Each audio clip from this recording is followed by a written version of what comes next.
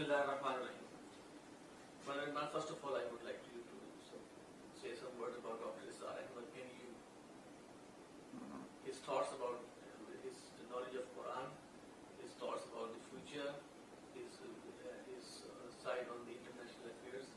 How do you see all these things? Bismillah ar-Rahman ar-Rahim. My acquaintance with Dr. Israr Ahmad, rahimahullah, dates back from the 1980s. I was the principal of the Alimi Institute of Islamic Studies, 86 to 1988. And a very good friend of his was also someone directly connected with our institute, Sayyid Sahab, who lived in North Nazimabad. And through Sayyid Sahab, I got to meet with Dr. Israr. It was a very great privilege for me. And then he accepted an invitation to come to my home and have lunch at my home. And my mother-in-law, who is the daughter of Maulana Abdul Alim Siddiqui, rahimahullah, she came to the home for that luncheon. And my wife, my Pakistani wife, cooked a biryani.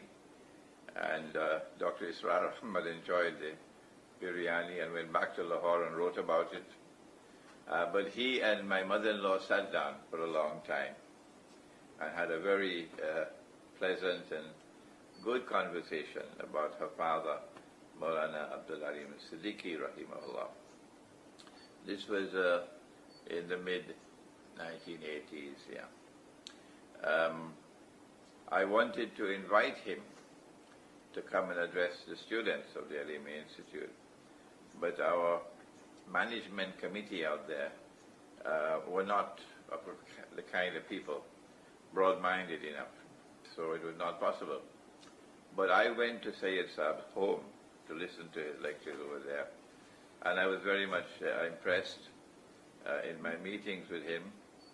Subsequently, we met in New York, and then he invited me to Pakistan in 1996, I think it was.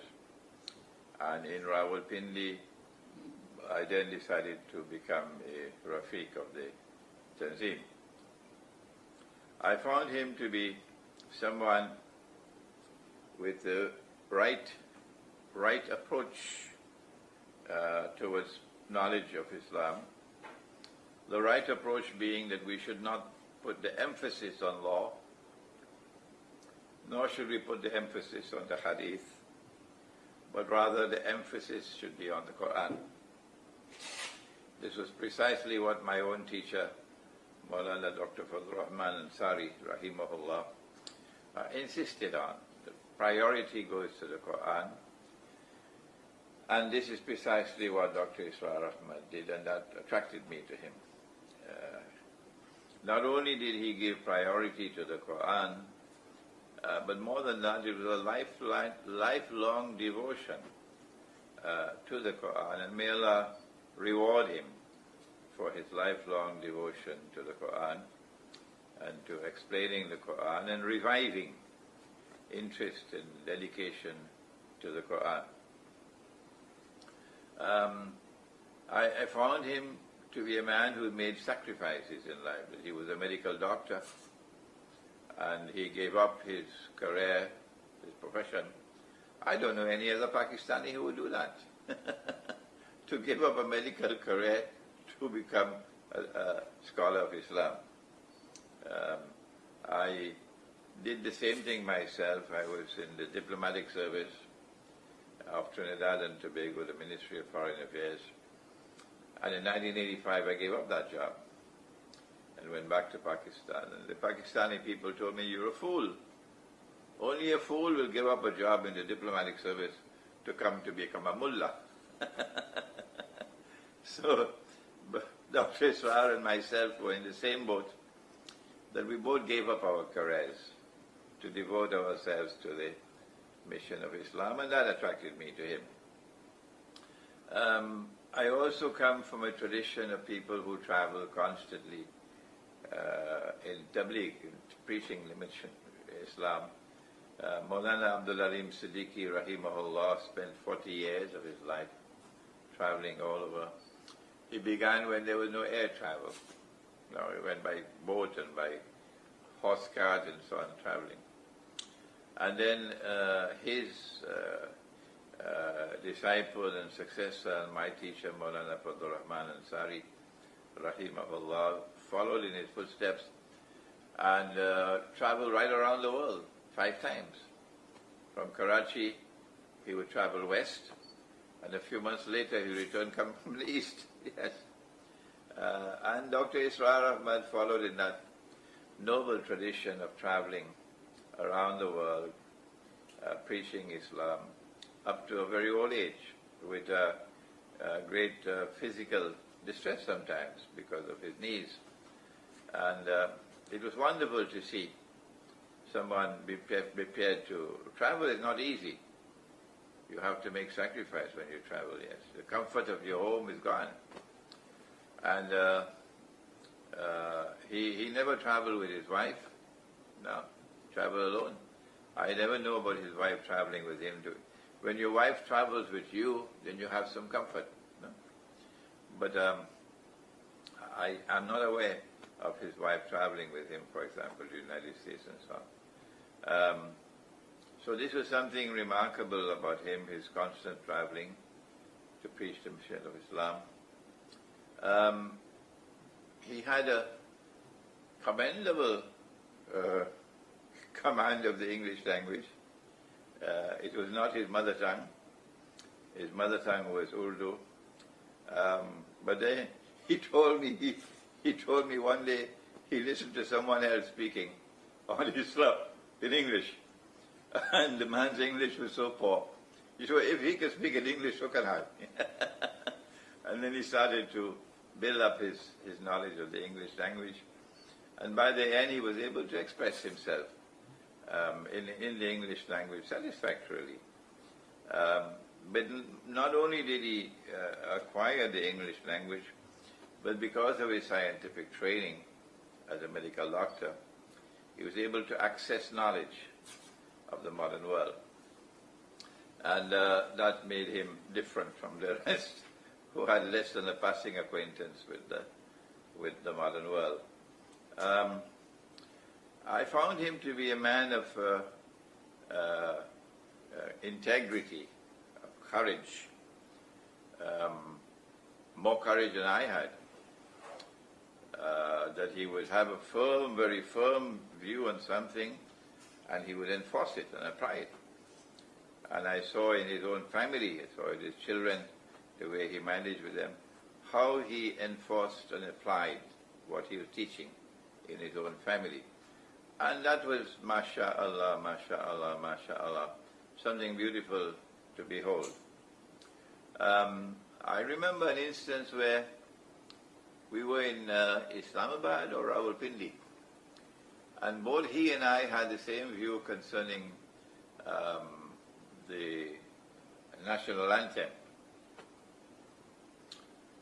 But when the time came for the Pakistan national anthem, I chickened out and I stood up with everybody else. Only one man sat down, only one. A man of much less courage, much less integrity. Dr. Israr Ahmad sat down. He will not stand up. And I learned a lesson from him. Imran, you don't have backbone as yet. This man has backbone. These are things that attracted me to him. That, Khidr alayhi salam, you'll find him sitting on a rock. You won't find him sitting on shifting sands, on a rock. And Dr. Israr Ahmad was like that, a man sitting on a rock. His views were cast in concrete. So these were very endearing memories of mine, of my relationship with him. I benefited tremendously, yes. I benefited from my attachment with Maulana Fadlur Rahman Ansari, in another way. And I benefited from my attachment with Dr. Israr Ahmad in another way. The most important thing I got from Dr. Israr Ahmad and from those around him was what he got from Maulana Abdul Alam Maududi, rahimahullah.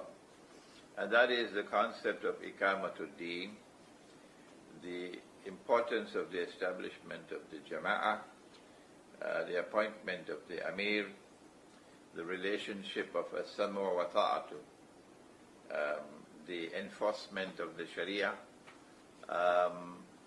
This I was not aware of. I had no practical guide in this, because the other Islam to which I had been introduced was the one which was directed towards the heart of the individual, to restore faith, to restore the Islamic personality of the individual. And of course that is of supreme importance. You cannot establish the deen unless you restore the faith of the individual. So this by itself was not enough. When this combined with that made it a complete whole. And it was something beautiful to behold. I have to congratulate him again and again and again and again for creating the Tanzim Islami.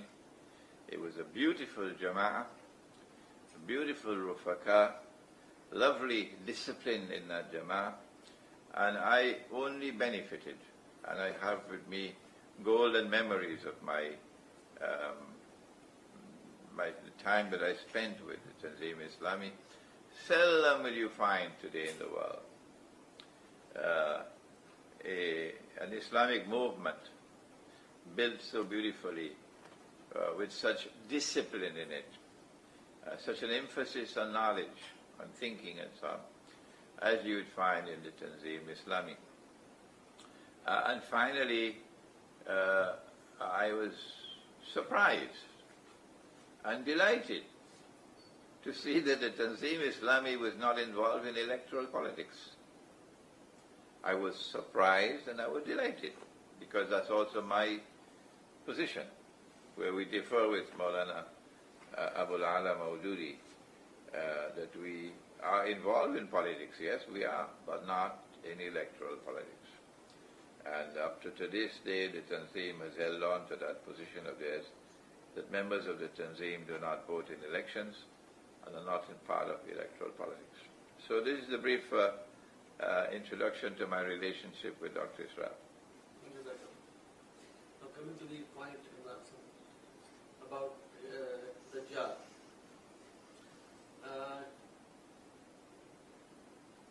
In the light of Quran and Hadith, can you please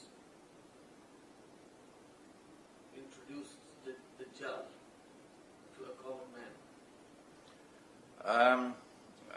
As if I'm going to have to enter into the record something which perhaps is not known. And that is that after I joined the Tanzim in New York, I already had a very high profile in New York as a scholar of Islam. And the Tanzim of North America rapidly moved me forward, appointing me as director of Da'wah, for example, for North America. And so I was involved in public lectures. Wherever the Tanzim had a program, I would be on the platform. But the mid-90s and the late 90s was precisely that period of time when I was entering into Ilmu Akhirul Zaman, because New York was the best city of all to know the world. So as I began to study Surah Al-Kahf of the Quran from 93 onwards, by the time of 96, when I joined the Tanzim, my thoughts were already developing. I already had an introduction to Gog and Magog. I already had an introduction to Dajjal. And I was already seeing clearly what they were doing in the world. But my views on the subject were strange to Dr. Israr.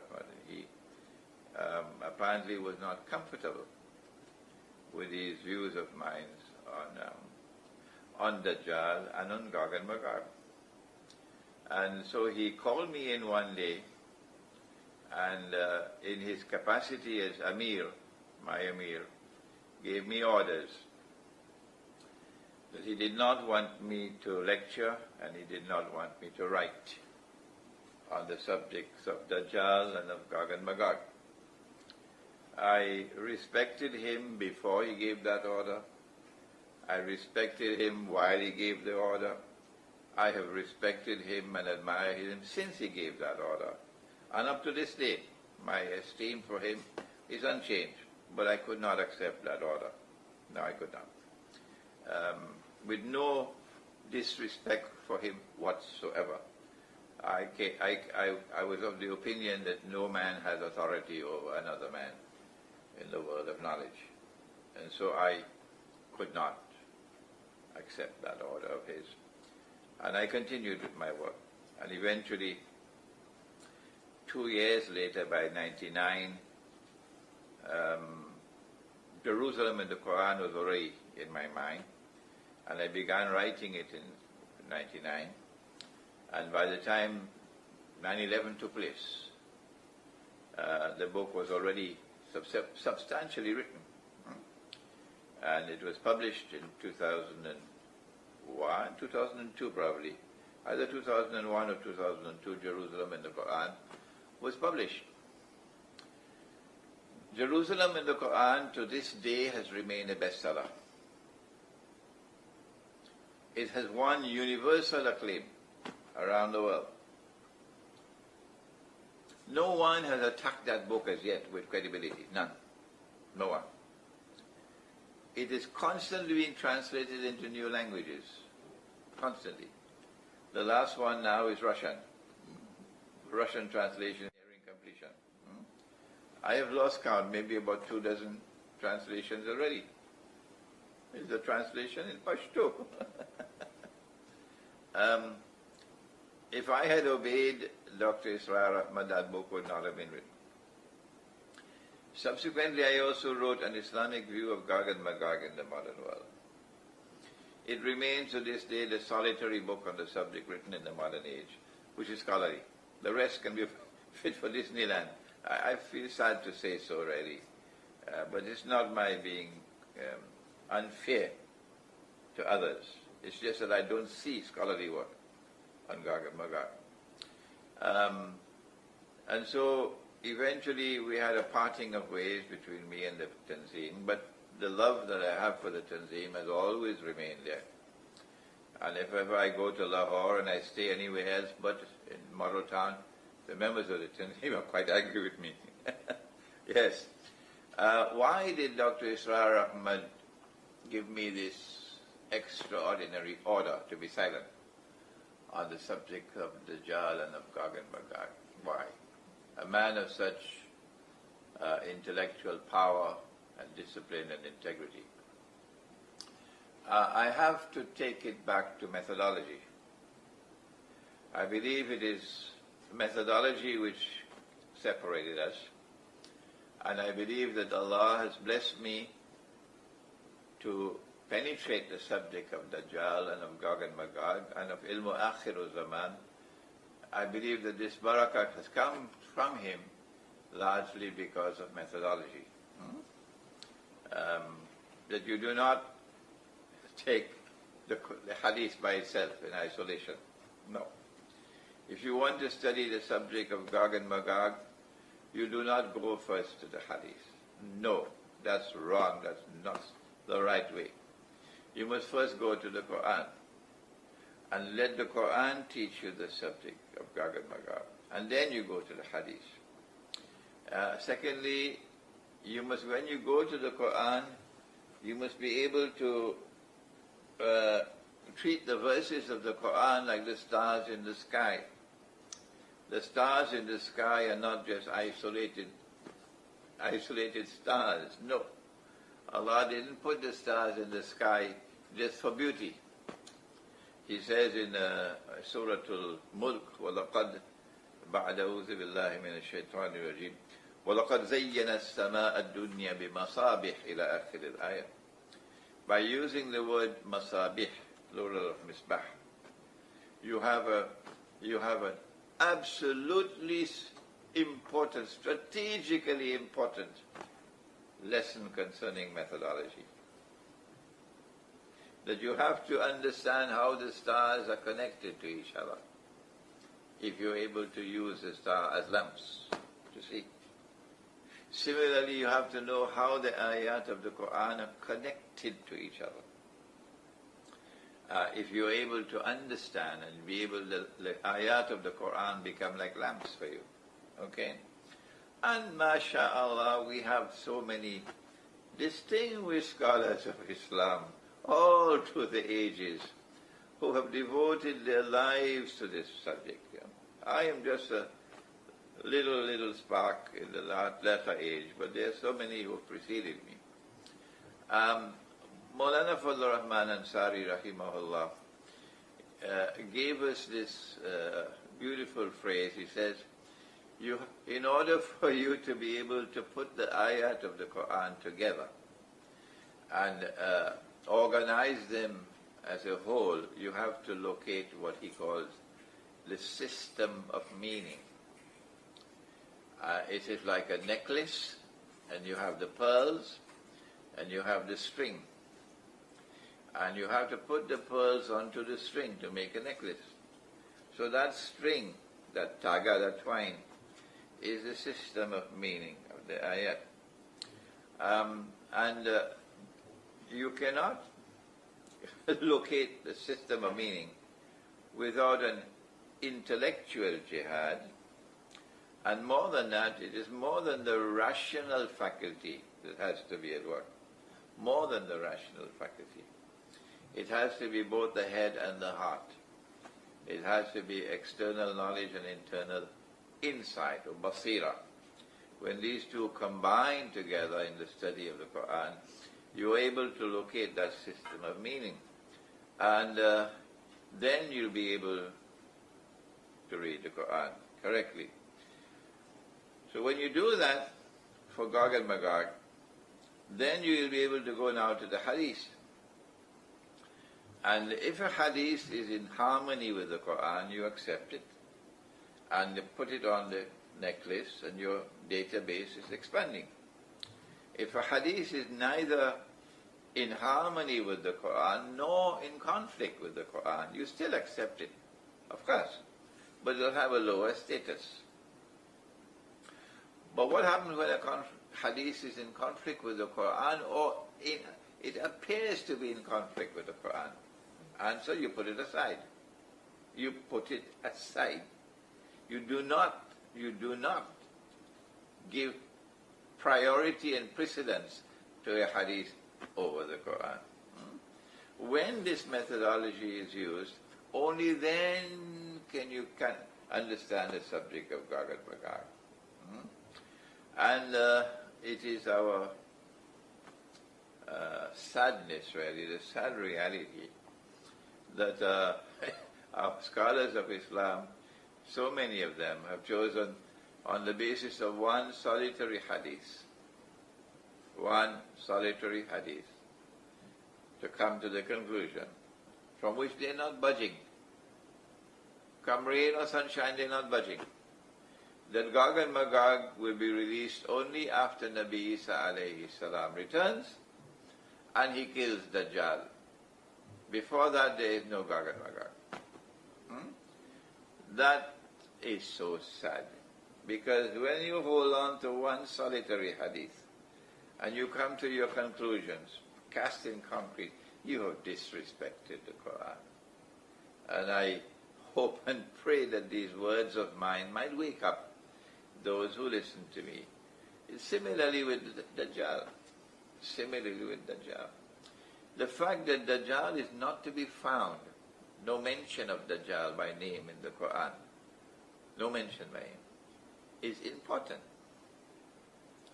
It is important. But the Quran says that it is tibyanan likulli shay. It explains all things, so it must explain Dajjal. If it explains all things, And if Dajjal is the greatest fitna that mankind will experience from the time of Adam alayhi salam to the last day, would the Quran not address the subject of Dajjal? Good. We now have to ask the question, Asif. If the Quran addresses the subject of Dajjal, and Allah chooses not to do it in the ayat muhkamah, therefore He has chosen to do it in the ayat mutashabihat. Why has He chosen? Why? There must be a reason. Ayat mutashabihat cannot be interpreted unless Allah gives you the knowledge. In other words, Allah is reserving this subject for Himself. Reserving it for Himself. This subject is not for every Tom, Dick and Harry. Common man cannot access this subject of Dajjal. No. He has kept it out of the muhkamat. He put it into the mutashabihat. And in order for you to penetrate the mutashabihat, you have to have ta'wil. And that ta'wil is possible only for Allah and for the rasikhuna fil ilm, meaning serious scholarship for Dajjal.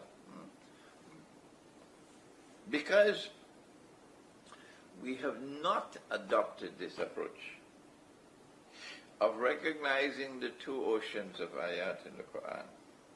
And you know about the full stop.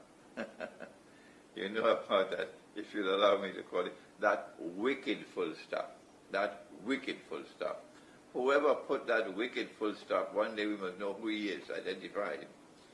That because of that wicked full stop, how many scholars have now come to the conclusion about mutashabihat. Only Allah knows the meaning. Only Allah knows the meaning. So full stop, that's it. There is no way to access Dajjal through the Quran. If you cannot use the Quran to access Dajjal, and you only go into the Hadith, oh my gosh, Dajjal is going to make you dance to every tune he wants to play. And you'll be running around in circles. You'll be confused. Okay? Because you're not going to the Quran first. I think this is part of the reason why we have this tremendous void in the world of Islamic scholarship today, an incapacity to penetrate the subject of Dajjal. Today is not the day as if for me to spend the next 1 hour introducing Dajjal. But what I have done is to explain why we are at this standstill. We cannot move forward to explain, to understand, to penetrate the subject of Dajjal. It is a subject problem of methodology. Dajjal, there is a fitna of Dajjal. That we think that we are already in it. How would you recommend a Muslim to be away from this fitna? I thought you were going to speak in Urdu and I will speak in English. Urdu में बोलूं? दज्जाल की sir से बचने के लिए नबी अकरम सल्लल्लाहु अलैहि वसल्लम ने उम्मत मुस्लिमों को क्या है? जी. If we are to respond properly to Dajjal as an ummah, it is necessary for us to not only adopt the proper methodology, we must also receive Allah's grace. And Allah's grace comes down in the form of knowledge coming down directly from Allah. Allah's grace would not come down if the heart of the individual is not a special kind of heart. He is Ar-Rahman. And that famous hadith with which you begin the study of Sahih Bukhari, Ar-Rahimuna yarhamahum ar-Rahman. Irhamu man fil ard, yarhamukum man fis sama. وَمَا أَرْسَلْنَاكَ إِلَّا rahmatan lil alameen. So rahmah is a foundation pillar,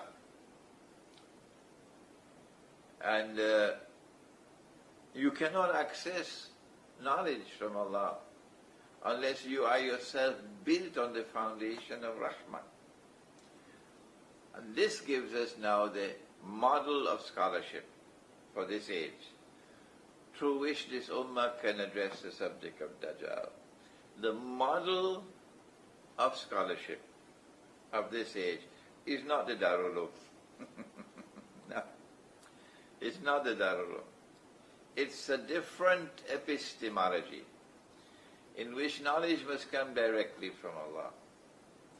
And who is that individual who personifies the model of scholarship in Akhirul Zaman? He's there in Surah Al-Kahf. He's Khidr alayhi salam. Khidr alayhi salam. And Islamic scholarship in India and Pakistan is more advanced than the rest of the world. Because Iqbal recognized as plain as the sunshine, that's how Iqbal recognized that model of a scholarship.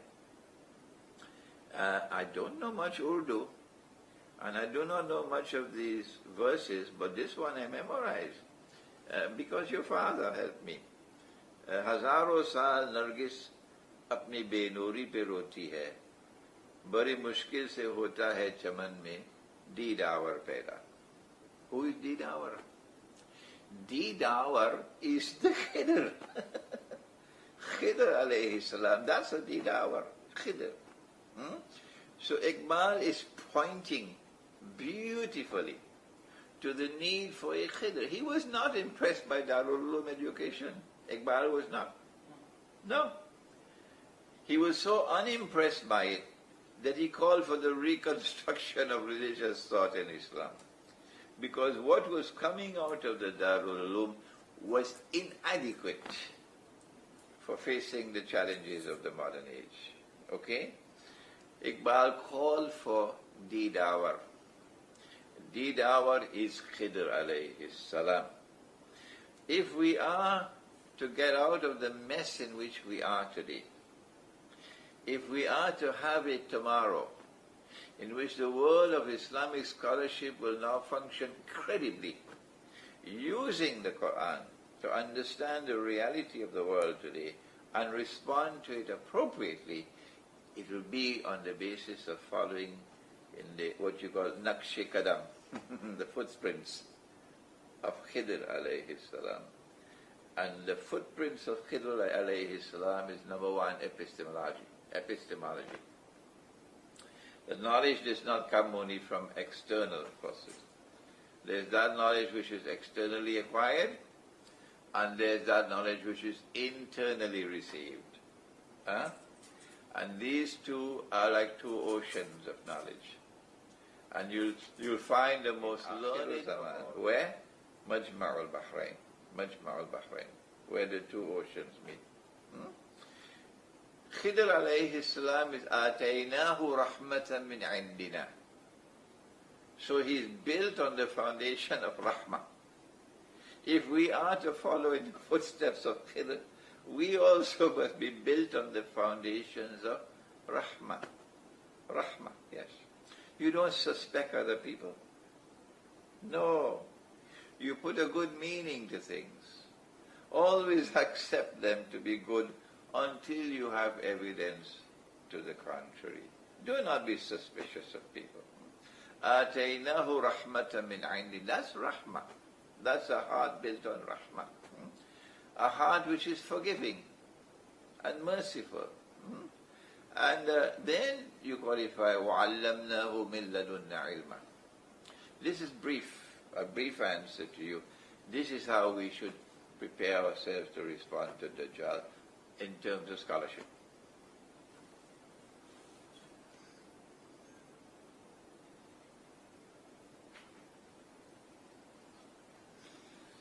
ये कहा जाता है कि दज्जाल जो है उसके पास खुदाई ताकतें हों, उसके पास खुदाई ताकतें हों, खुदाई ताकत, हाँ, जिसको चाहेगा रिस्क देगा, जिसे चाहेगा रोक लेगा। जब ऐसी ताकतें उसके पास होंगी तो लोग कैसे उसको पहचान सकेंगे? लोग तो खुदा समझेंगे उसको। वो तो हो गया। They are already worshipping Dajjal. हाँ जी, the world is already worshipping Dajjal. वो जो this is not a matter for the future. ये तो हो गया, हो गया. Where is the evidence that the world is worshipping Dajjal? Answer: anytime Dajjal takes you on one road, you follow him and you go on that road. Allah subhanahu wa ta'ala created the donkey and the mule and the horse and the camel. And in creating these animals, He created them for different kinds of purposes. There's the oxen and the bison and so on for big loads, traveling loads, long distances and so on, strong animals. And the camel, which can keep water in its stomach, all right? And that water, the camel drinks enough water for maybe, 2 weeks, the camel can do without water. And if you're dying for thirst in the desert and you kill a camel, you can get some water. Yeah. So these animals are not fashioned by accident. Lo and behold, Dajjal comes with oil and mechanized transport. And what happens to the entire world of transport that Allah created? Where is it today?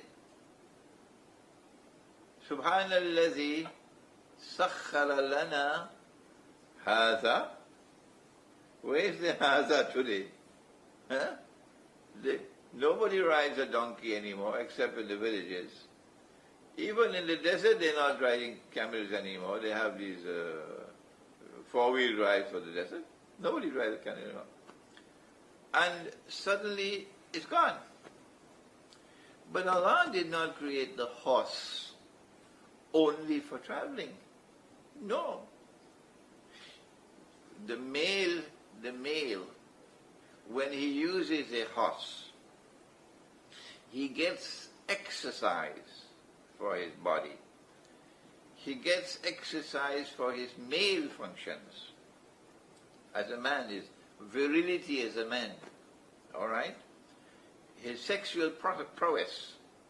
All of these things are connected with the exercise that he gets from riding horses. So along comes the iron horse, and we abandon the natural horse. And in the process of losing that mode of transport that Allah created, we also now reduce ourselves to a shadow of what we could be. This is Dajjal's masculizing, making us less and less men, until one day men will be dressing like women and women dressing like men. So women can assume the functional role of men in society, and men will assume the functional role of women in society. This is worshipping Dajjal. Dajjal took the dinar and dirham out of the market. Have they asked themselves the question, where did the dinar and dirham go? Who took it out? Why did they take it out? Kabhi pucha aapne? Did they ever ask this question? Before this substitute came, who gave us this substitute? What is the status of this first substitute? What is its function? Huh? This is Dajjal. Dajjal gave us this money. And our universal acceptance of the Pakistani rupee and the Bangladeshi taka make us all believers in Dajjal. We're already worshipping him. So this is not tomorrow. This is already today. The Khilafah is gone. The Shura is gone. And in place of the Shura, you have this bogus with a capital be this stupid system of elections by secret ballot? Secret ballot? You can't say that. Where does this secret ballot come from? We never knew that in Islam. You are responsible for your choice in Islam. Yes. You have to be known, your choice, your view. But they gave us this rotten, stinking, filthy system of secret ballot that nobody knows anything. And so you could do whatever you want with the results. You could hatch it, you could rehatch it, you could tamper with it, you could give us the elections anyhow you want, and you could have a Nawaz Sharif as your Prime Minister. कुछ मजहबी दानिशवरों की राय है कि दज्जाल किसी खास शख्सियत का नाम नहीं, बल्कि ये दीन दुश्मन निज़ाम या तहजीब के लिए एक सिंबल है। जैसे आज दुनिया में मगरबी तहजीब मुसल्लत है, ये बात कहाँ तक दुरुस्त है कि वो एक शख्सियत का नाम नहीं बल्कि एक तहजीब का नाम है जो अल्लाह के खिलाफ है। My apologies, Asif. People who express such an opinion don't even have an introduction to scholarship. They are not scholars. You're wasting your time with such people. Yes. They are not scholars. No. They probably know how to cook biryani. But you cannot admit them into the world of scholarship if you express such an opinion. No. Because it is elementary. Elementary.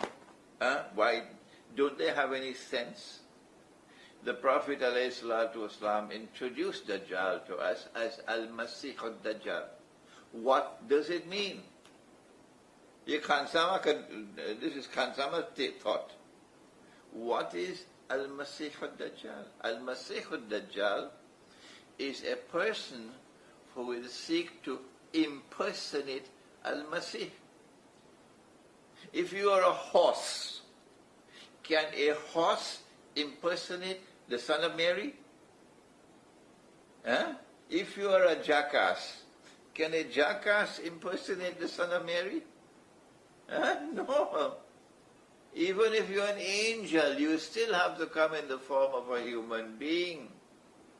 Even if you're a jinn, you still have to come in the form of a human being if you are to successfully impersonate the Messiah. So Dajjal has to come in the form of a human being and declare, I am the Messiah, for the Jews to accept him as the Messiah. But he has to do more than that. The Messiah has to come from the house of Dawood alayhi salam. So he has to demonstrate who is his father and who is his mother and grandfather and grandmother. I don't need to speak anything more on that. Yajuj और माजूज इनका जिक्र कुरान में है। आजकल हम याजूज और माजूज की Gog and Magog today are located in the Judeo-Christian Zionist Alliance, full stop. For me to explain more, it will take a long time. I have to go to the Quran, and having finished with the Quran, then I have to go to the Hadith. So I give you the conclusion at the end. That's it. Gog and Magog are the Judeo-Christian Zionist Alliance. Well, thank you very much, Asif, and I offer my salams and love to all those in Pakistan who will listen to this short interview. And I pray that one day Allah make it possible for us to meet again, inshallah. Okay, assalamu alaikum. Bismillah.